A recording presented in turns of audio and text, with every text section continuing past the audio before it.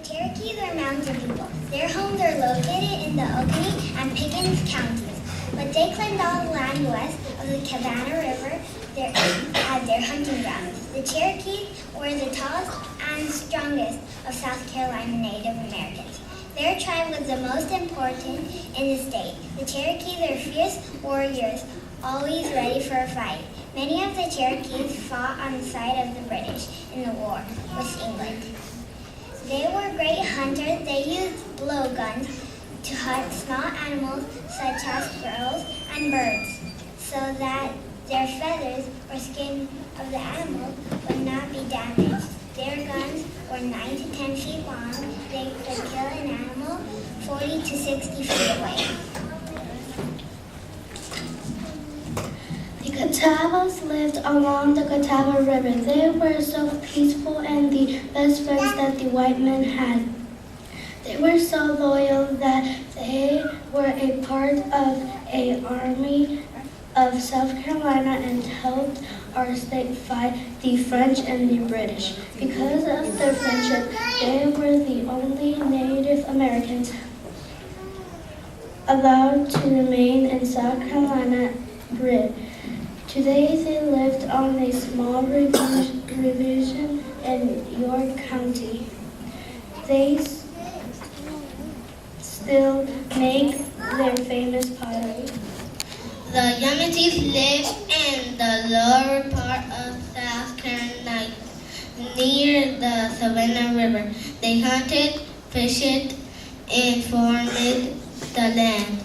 The Yamassees traveled by canoe to different villages to trade with other tribes.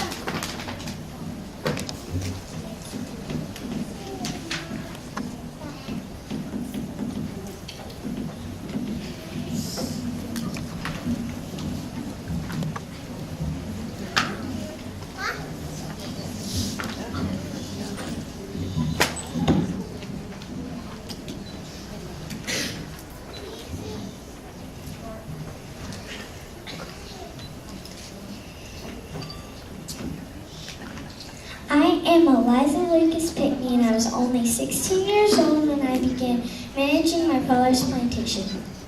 I planted the first crop of indigo in our state. Indigo is a plant that was used to make blue dye. This was once a big money crop for South Carolina. I also experimented with the growing of silkworms. I wore a dress made from my own silk when I visited England and was introduced to the British Queen. I would now like for you to meet some people who helped South Carolina during the Revolution War. I'm Francis Merritt, and I was very proud to say that I was general in the Revolution War. Most people call me the Swamp Fox because I hid my men in the swamps of the Law Country. This made it hard for the British to find us and made it easier for us to surprise them. Those people call me the Wizard Owl. The Cherokee Indians give me this nickname because they thought I was a wise leader. My real name is Andrews Pickett. My name is Thomas Sumter, and I also have a nickname. The early South Carolinians called me Gamecock, and Gamecock is a fierce fighting monster.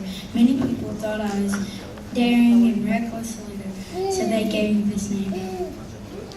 My name is Kate Moorberry. When I was a little girl, I was given walnuts to bake a cake. I planted the one that were left over near my home in Spartanburg Country. My home later became known as Walnut Grove Plantation. When I was 15, I married Andrew Berry, and a captain in the Persian Army. I became a spy for my husband against the British. Because of my bravery, I became known as the Henry of the Battle of the Compass. I'm Rebecca Mott. One day the British came to my house and forced me to leave. They wanted to use my house as a fort. The partisans decided to set my house on fire to force the British out. I gave them some arrows to light the fireworks, and the British came running out.